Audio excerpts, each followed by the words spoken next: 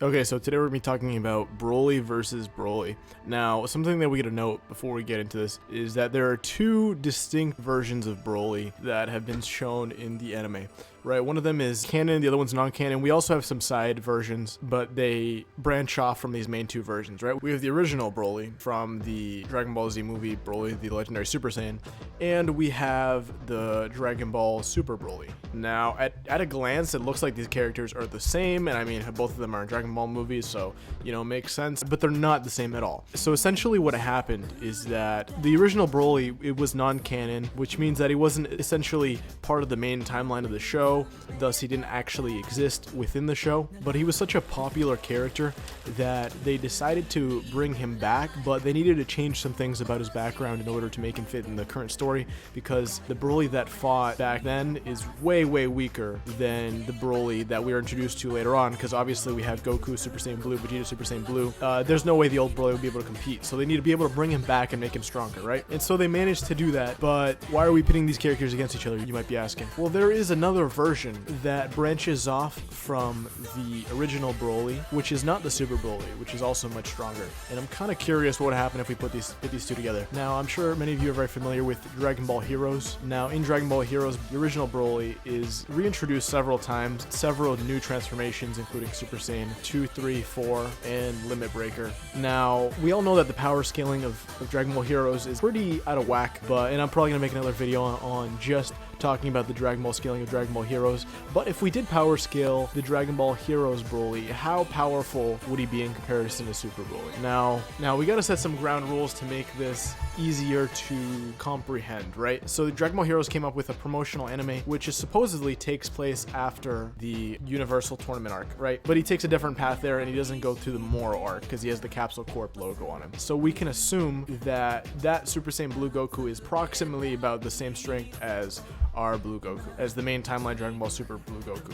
And in that promotional anime, that Blue Goku faces off against Super Saiyan 4 Goku, where we see the two transformations, the GT and Dragon Ball Super. You know, it's been a huge debate on which one's more powerful, but according to this promotional anime, they definitely buffed the Super Saiyan 4 because it was approximately equivalent to Super Saiyan Blue. Whereas if you know anything about power scaling, you'd know that Super Saiyan Blue would probably be leagues ahead of Super Saiyan 4. But here, in this promotional anime, they're about the same. So, when you take that into consideration, the Super Saiyan 4 buff is about the same as the Super Saiyan Blue buff. And furthermore, later on you see, in the Dragon Ball Super Broly movie, you see Broly face off against Blue Goku and Blue Vegeta, and he gets gradually more powerful until the point where he actually overwhelms them. We see something very similar with the Dragon Ball Heroes Broly, Super Saiyan 4, which he overpowers Super Saiyan 4 Goku and Super Saiyan 4 Vegeta, which should be approximately the same as the other Goku and Vegeta. So we see some very similar growth here. And then in Dragon Ball Super, we see Broly face off against Super Saiyan Blue Gogeta. Now, this is absolutely insane feat, as he's able to fight on par with him,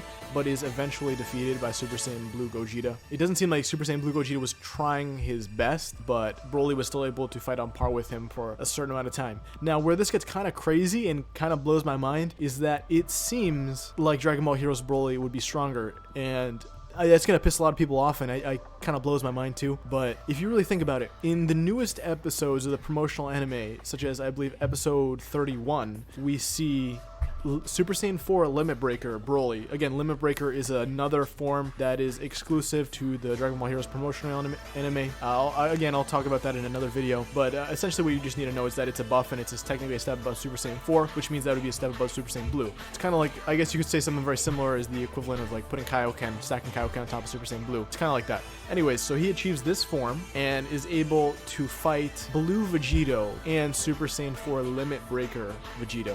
This is kind of crazy to think about, that they've wanked Broly so hard in Dragon Ball Heroes that he's fighting two fusions of the main characters in forms that he's not even supposed to be able to have, but he does have them in this promotional anime. And that just kind of goes to show how much fan service they're putting into the show, to the point where it's like, it's just too much, like it doesn't even make sense. Now, the next question here is, how strong is the fusion of the Potara versus the fusion of the Metamaru fusion dance, right? Because Broly in Dragon Ball Super faced off against the fusion dance fusion, and in Dragon Ball Heroes faced off against 2 of the Potara. But again, if we use the promotional anime as a reference point, we can see that I believe there's Gogeta does fight Vegeta in one of the episodes of the promotional anime, which means that if we include Dragon Ball Heroes power scaling, those 2 fusions would be approximately the same, which means that the Gogeta Super Saiyan Blue that fought Broly would be about the same as the Vegeta Super Saiyan Blue that fought Broly in the Heroes with the other Potara fusion. Thus,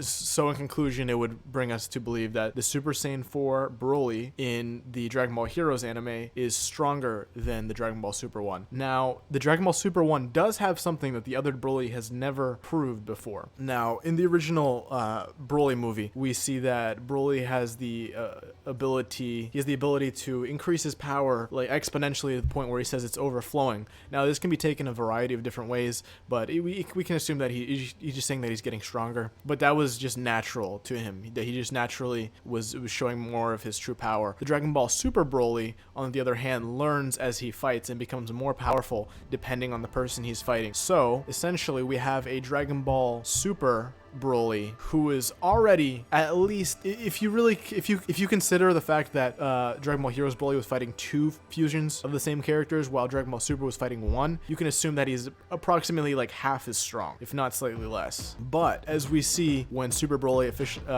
originally fights Vegeta is way out of his league, even in his base form. And then Broly learns, and then Vegeta goes Super Saiyan God, and then Broly learns and he starts beating him all in his base form, or is all in his wrathful base form. So you can kind of see that Broly from Dragon Ball Super has the ability to become exponentially stronger depending on the person that he's facing. So it's kind of logical to conclude that initially Dragon Ball Heroes Broly is leagues out of Dragon Ball Super Broly's league.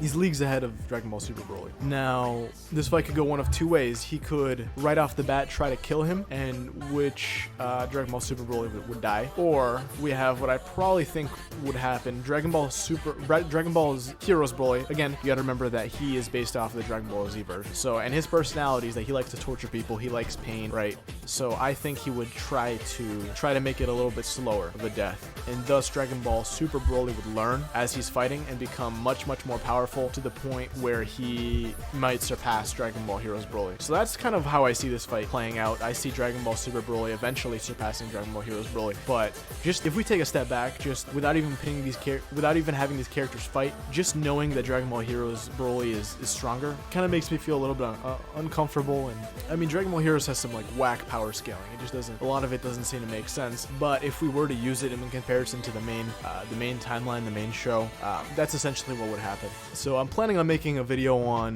the limit breaker and the power scaling in Dragon Ball Heroes and how out of whack it is. Anyways, if you guys like more discussion videos like this, don't forget to like, comment, subscribe, and I'll catch you in the next one.